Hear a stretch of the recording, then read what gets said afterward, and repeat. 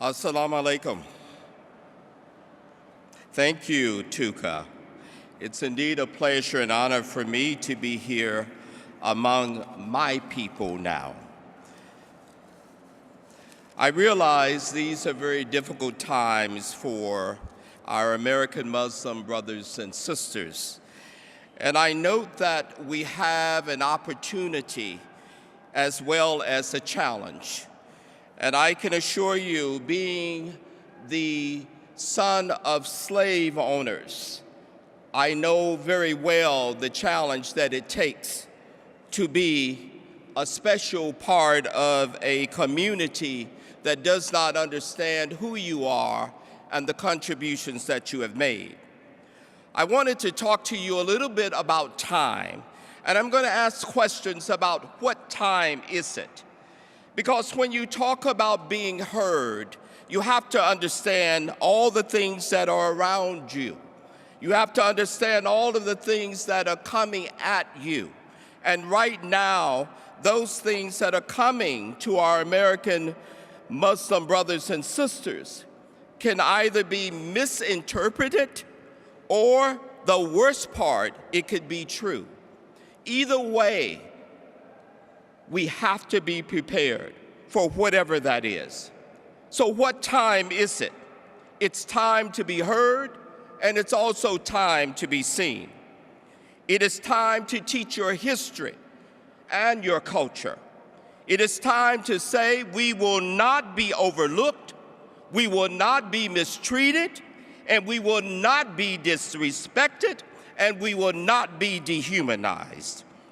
You may be a 3.3 million people, and sometimes, as you know, those who understand the Census Bureau, it does not ask the question of faith. So Muslims in this country could be any group from 3.3 million to 8 million people. I don't know about you, but that's a powerful voice, especially in election time, when only 500 votes makes a difference. Now think, my brothers and sisters, what could 3 million to 8 million American Muslims mean? It makes a difference.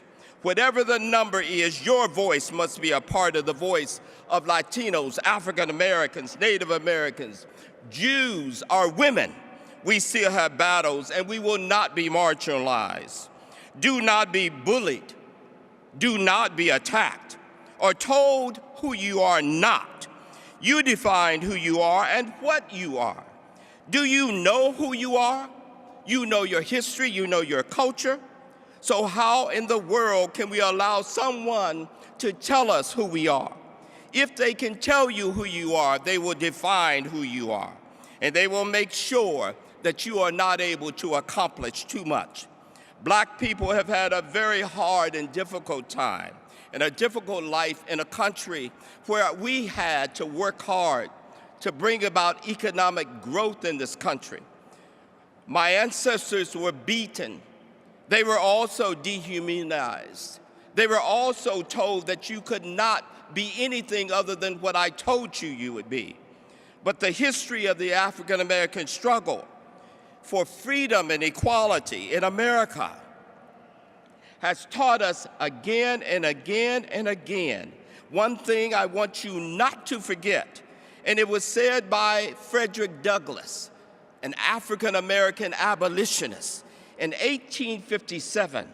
He said, "Peace concedes nothing without a demand." I'm going to say that again. Peace concedes nothing without a demand. It never did, and it never will. What am I saying to you as my brothers and sisters?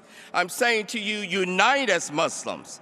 It doesn't matter if you're from the sub-Saharan Africa, you're from the Middle East, you're from North Africa, you're from the Asian Pacific, you're from Europe, or you're from North America. Your numbers will grow, and you must join them together so that you are like-minded and you have the ability to put pressure on those who decide your future. You are responsible for your future. I was very pleased to meet a lot of young professional American Muslims earlier today. And like many of the young Americans that I have met, our young African Americans during the civil rights movement, they were the ones who stood up. And they were the ones who said, we will make a difference. And they decided that they would do what is called direct action. And that is part of the time I'm saying to you. Direct action started in North Carolina. And this was for young men who went into a Woolworths, where we, my people, were not allowed to go in. They were not able to have a seat in this place. These young, educated college students went into Woolworths and they were refused to be moved. They were not disrespectful. They simply sat there because the establishment had said, you would not be here. So that was the beginning of what we call First Amendment rights of the Constitution. You are rightful heirs to that Constitution in this country. I remember another incident when the firefighters in Alabama, where children were set upon dogs given and sent out on them to bite them and hurt them. Firefighters would use their hoses to hose people down and hurt them. Young people must be at the table when you have your discussions for your future. They should be in the meetings with the chief of police, the mayor, the county commissioner, and other leaders when you tell them racial profiling is unacceptable and we will not accept it. More than likely, in some communities, officials will not take you seriously. It is at this time that you use your voice to be heard loud and clear by exercising your right to take to the streets. This is that direct action. Go to the streets peacefully. Express what you do not like. You have a right to protest in this country. Mobilize your people to stand up against hatred and demonization of an entire community. Young people, protest, but please protest nonviolently. That was what helped us in the civil rights movement. I want you to write, I want you to call your local, your state elected officials.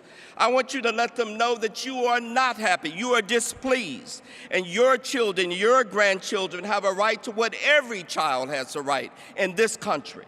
When we sing My Country 'Tis of Thee, that includes American Muslims as much as it includes any other people in this great country. Until you can have Muslim mayors, Muslim state officials, more Muslim congressional leadership, more than my brother Ellison, more than Andre Carson from Indiana.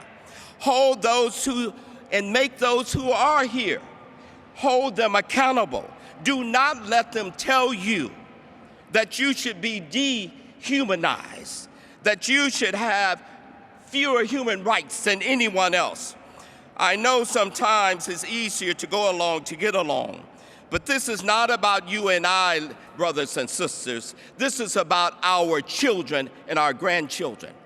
If we're not willing to confront a racist institution, if we're not willing to confront a part of a community that does not honor who you are, then our children have very little to look forward to. I don't know about what time you think it is, but it is time to come together as Muslims. It is time to use our strength and resources with other individuals in this country. And it is time to take to the streets to let anybody and everybody know that this is our country, not just your country, our country. A country where Muslims are respected, a country where Muslims can be seen, a country where Muslims can be viewed as positive parts. Now, I know I could go on, but I'm not.